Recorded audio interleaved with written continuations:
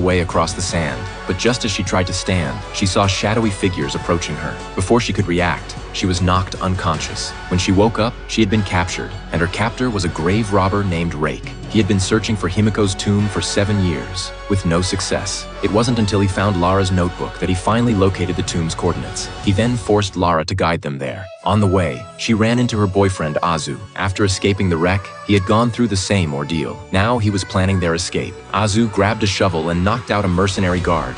Go!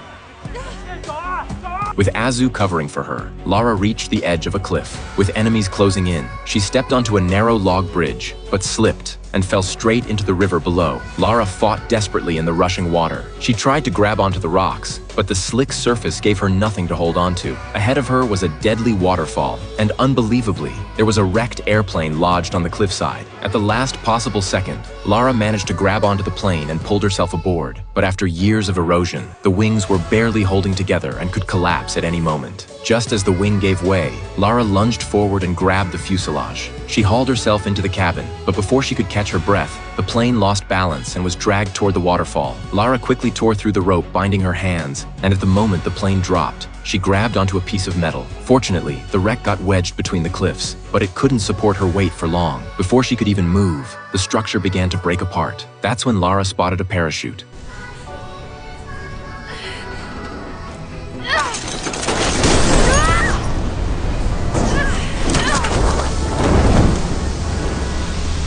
Even after deploying it, she realized it was riddled with holes, causing her to fall much faster than expected. Somehow she managed to land safely, but as she tried to get up, she realized a branch had pierced her abdomen. The overwhelming pain caused her to pass out instantly. When Lara woke up, it was already night. She sensed danger nearby, and just as she tried to move, someone grabbed her from behind and slammed her to the ground. In that moment, Lara grabbed a rock and knocked the attacker out. Then she spotted a figure in the distance, so she chased it into a cave, only to discover her long-lost father. But instead of a joyful reunion, he scolded her for coming. The next morning, he had vanished again without a trace. Where could he have gone?